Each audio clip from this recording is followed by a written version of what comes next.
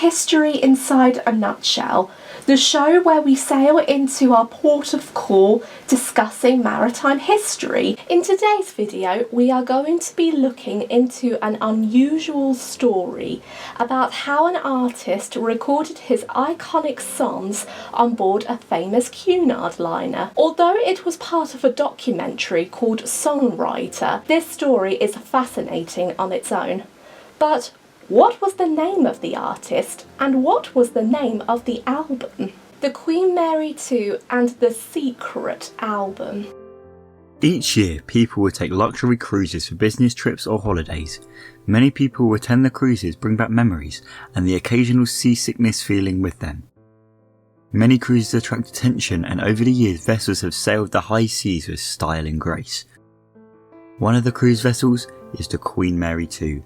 With a length of 132 feet and a capacity of 2,691 passengers and 1,173 crew members, the Queen Mary 2 has been a true icon for the Cunard line. She was constructed in France in 2002 and launched a year later. She is the flagship of the infamous Cunard line and has built previous liners like the Mauretania and the Lusitania. Since its founding in 1839, the Cunard Line and its ships had been witnesses to events from winning the Blue Ribbon, the sinking of the Lusitania during the First World War, and facing competition against their aeroplanes including the Boeing 707. Good or bad, their ships have played a role in iconic moments in maritime history. The Cunard Line is infamous for its ships being styled for their speed and travel comfort, inviting a maximum number of 6,830 passengers each year. Some passengers have included celebrities like members of the British royal family, Nelson Mandela and Elizabeth Taylor. However, one celebrity had decided to go incognito when he was making a comeback in the music industry, recording a portion of his songs on the Queen Mary 2. That celebrity's name was Ed Sheeran. Ed Sheeran is an English singer and songwriter who sparks an over 15-year career in the music industry. During his time on stage, screen and behind the recording studio, Ed's greatest hits have included Lego House, Photograph, Overpass Graffiti and more. Of course, all celebrities need a break and have some time to concentrate on their new projects.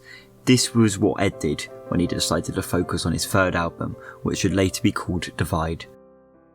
Before he boarded the Queen Mary 2, Ed took a break from the limelight following a concert that he held in December 2015. Before then, in late 2016, Ed had been travelling and working with American record producer Benny Blanco. The pair had been making plans for a third album, which would be called Divide. They were in America when a decision had been made to return to England to begin recording. However, there was a problem. Benny had aerophobia, or the fear of flying. To solve the issue, it was decided that they would book cruise tickets and travel by sea. Somehow, Benny had agreed to the last minute idea. At New York, Ed turned up at the dock before departure, asking if it would be possible to purchase a ticket and to stay in a cheap cabin, nothing too fussy. His request was accepted, and throughout the voyage to Southampton, Ed locked himself away in the windowless cabin located in the Britannia's stateroom and began to write songs for Divide. In his free time, it's believed that Ed never attended formal areas like dinner galas, but he stopped to chat with people on his travels. These included staff on board the Queen Mary would stop to take selfies with Ed every 5 minutes. The reason why?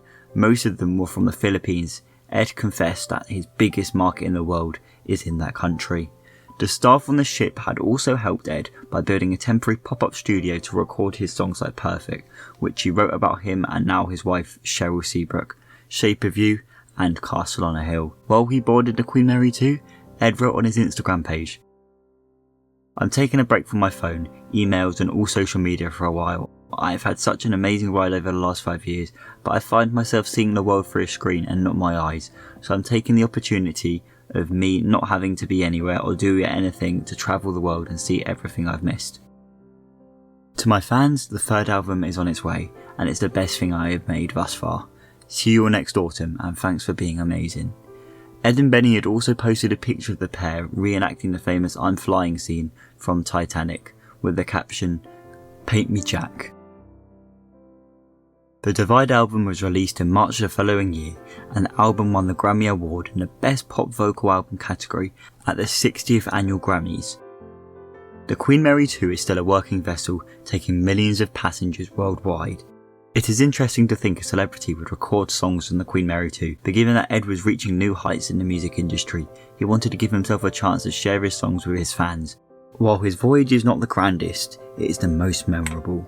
Newspapers went crazy over his story, as the public had never heard anything like this.